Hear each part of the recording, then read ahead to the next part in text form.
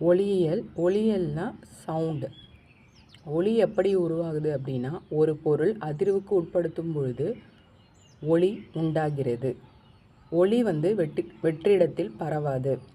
இதற்கு 8th standard புக்கில் ஒரு எக்ஸாம்பிள் கொடுத்துருப்பாங்க. அதாவது ஒரு கண்ணாடி பாட்டிலுக்குள்ளே நம்ம ஒரு செல்ஃபோனை ஆன் பண்ணி உள்ளே வச்சுட்டு கண்ணாடி பாட்டிலுக்குள்ளே இருக்கிற காற்றை எடுத்துட்டோம் அப்படின்னா அதன் உள்ளே நமக்கு ஒலி கேட்காது அப்படின்ற ஒரு எக்ஸ்பிரிமெண்ட் கொடுத்துருப்பாங்க.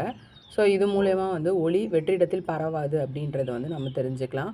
அது வெற்றிடத்தில் பரவாது அப்படின்னு சொல்லிட்டாங்க. அப்படின்னா என்ன அர்த்தம் அப்படின்னா, ஒலி பரவறதுக்கு ஒரு ஊடகம் தேவை.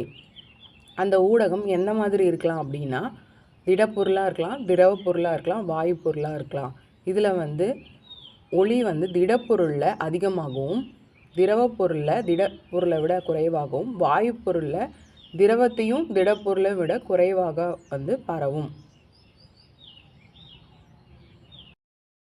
1877ஆம் ஆண்டு தாமஸ் ஆல்வா எடிசன் ஒலிப்பதிவு சாதனத்தை கண்டறிகிறாரு. இந்த சாதனத்தின் மூலம் பதிவு செய்யப்பட்ட ஒலியை மீண்டும் மீண்டும் கேட்டுக்கொள்ளும் அளவில் அமைந்திருக்கும். ஒலியின் வேகம் அப்படின்னா என்னென்னு பார்த்தீங்கன்னா, ஒரு வினாடியில் ஒலி பயணிக்கும் தொலைவு தான் ஒலியின் வேகம்.